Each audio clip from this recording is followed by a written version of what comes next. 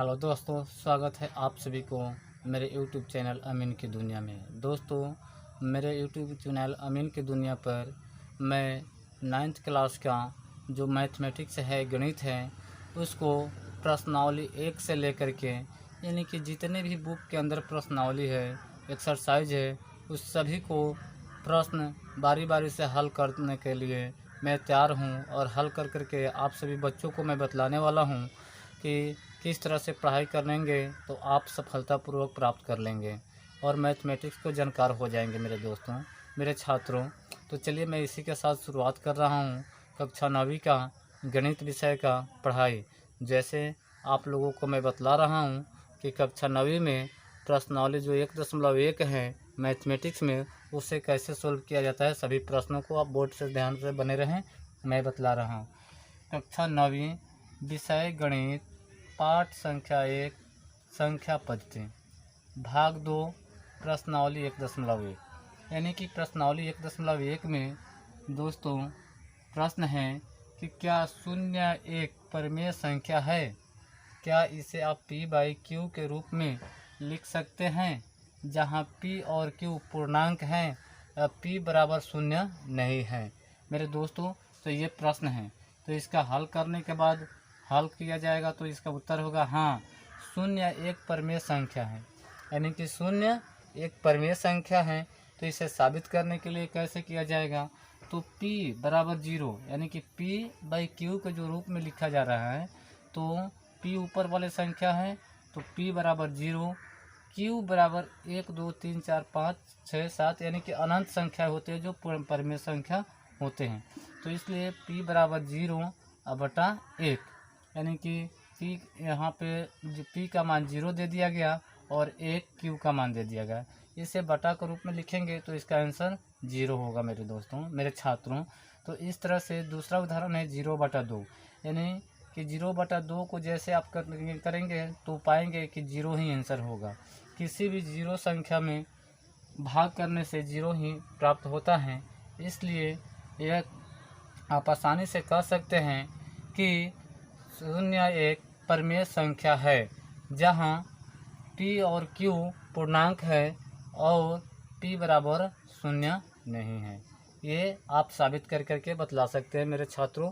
तो इस तरह से आप आसानी से पढ़ करके बतला सकते हैं। इस प्रश्न का समाधान यहीं तक, यही हल होगा, इसका हल निकलेगा और निष्कर्ष होगा कि यही इसका उत्तर होगा सही, कि शून्य एक परिमेय संख्या है। अगर कोई कहे कि शून्य अपरिमेय संख्या है तो अपरिमेय संख्या कभी नहीं होगा मेरे छात्रों, क्योंकि शून्य एक परिमेय संख्या है। इसे आप साबित कर सकते हैं। तो साबित करने के लिए उदाहरण के तौर पर आप जो भी संख्या लेना चाहें उस संख्या को आसानी से ले सकते हैं। चलिए मेरे दोस्तों, आप फिर से देखिए पाठ 1 संख्या पद्धति भाग 2 प्रश्नावली 1.1 का दूसरा प्रश्न है 3 और 4 के बीच में 6 परिमेय संख्या ज्ञात कीजिए। दूसरा प्रश्न है 3 और 4 के बीच में 6 परिमेय संख्या ज्ञात कीजिए। तो इसका हल होगा, यानी कि जो 6 बोला जाए, जितने भी संख्या बोला जाए उसमें आप एक जोड़ दीजिए, एक ऐड कर दीजिए। तो कितने संख्या बोला गया, 6, 6 + 1 बराबर 7। और 3 और 4 के बीच में बोला गया है मेरे छात्रों, तो 3 गुने 7/7 यानी कि ये जो 7 है इसको 7/7 लिख सकते हैं। तो इसको 3 × 7 = 21/7 इसका आंसर हो गया। और उसके बाद 4 के बीच में जो बोला जा रहा है, तो 4 गुने 7/7, 7 चौके 28/7। ठीक है मेरे छात्रों, तो यानी कि 28/7 और 21/7 के बीच की संख्या कह रहा है कि बीच में कितनी परिमेय संख्या है। तो 21 के बाद में क्या होता है, 22/7, 23/7, 24/7, 25/7, 26/7, 27/7। तो आप इसको बोल रहा है प्रश्न कि 6 परिमेय संख्या ज्ञात करना है। तो 6 परिमेय संख्या आप काउंट कर लीजिए, 1 2 3 4 5 6। ये क्या हो गया, 6 परिमेय संख्या हो गया। तो इस तरह से 3 और 4 के बीच के परिमेय संख्या 6 परिमेय संख्या ये ज्ञात हो गया मेरे दोस्तों, ये हल हो गया मेरे छात्रों। तो इस तरह से मैं जान रहा हूँ कि आप आसानी से पढ़ करके समझ लेंगे मेरे वीडियो को देखते हुए। तो मैं 9वीं कक्षा का सभी प्रश्नों का बारी बारी से हल कर करके आपको बतला रहे हैं। मेरे वीडियो में बने रहें। चलिए मेरे छात्रों, फिर अगला प्रश्न है, तीसरा प्रश्न है जो भाग 2 का प्रश्नावली 1.1 का प्रश्न 3 है, जो लिखा हुआ है 3/5 और 4/5 के बीच 5 परमेय संख्या ज्ञात कीजिए। प्रश्न संख्या 2 जैसे बनाया गया है सेम वही संख्या को बनाना है यहाँ पे। तो 5 यानी कि 5 परमेय संख्या कहा जा रहा है, तो 5 + 1 यानी कि जिस तरह 2 प्रश्न संख्या बना है उसी तरह से ही 3 भी बनेगा। तो 5 + 1 = 6। तो 3/5 गुने 6/6 यानी कि जो बराबर में 6 है 6/6 कर दिया जाएगा। तो इसको 3 × 6 = 18 और 5 × 6 = 30। ये एक आंसर हो गया, यानी कि इसका आंसर हो गया।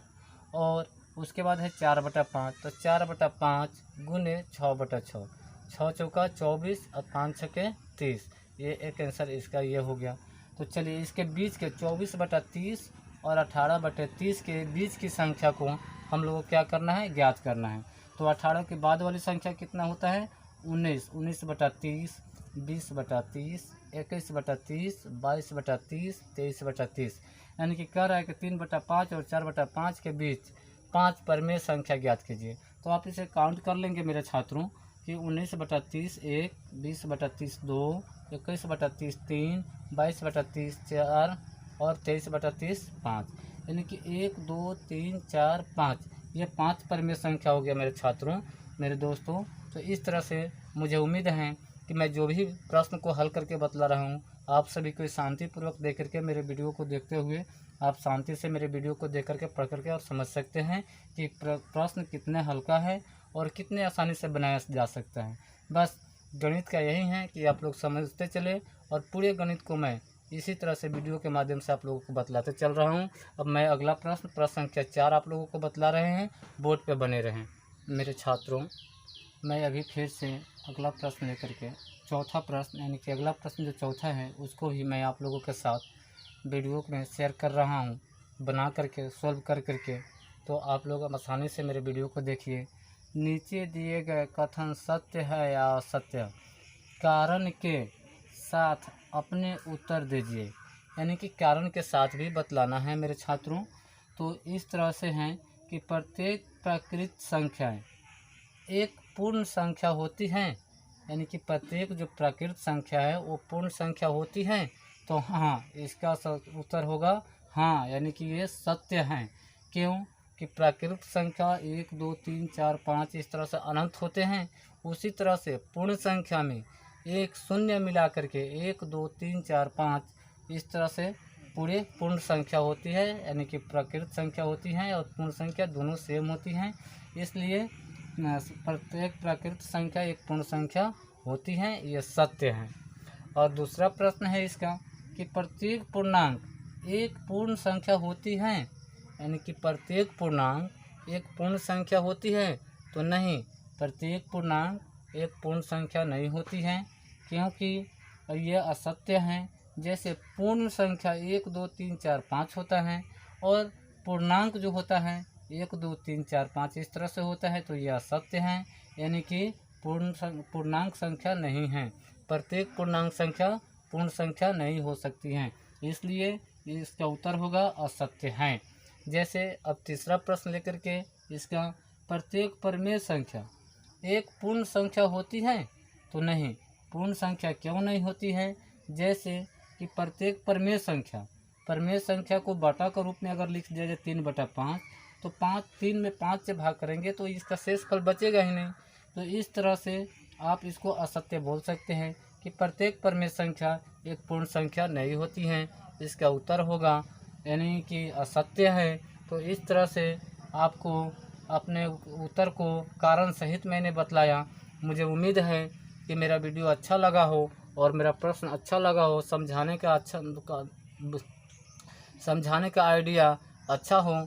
तो आप सभी छात्रगण मेरे वीडियो को देखिए और अपने दोस्तों के साथ ज़्यादा से ज़्यादा शेयर कीजिए, और मेरे वीडियो को लाइक और शेयर ज़रूर कर दीजिए, और मेरे यूट्यूब चैनल अमीन की दुनिया को सब्सक्राइब की कर लीजिए, क्योंकि आप जितने भी क्लासमेट साथी हैं उन सभी को मेरा वीडियो पहुँचे।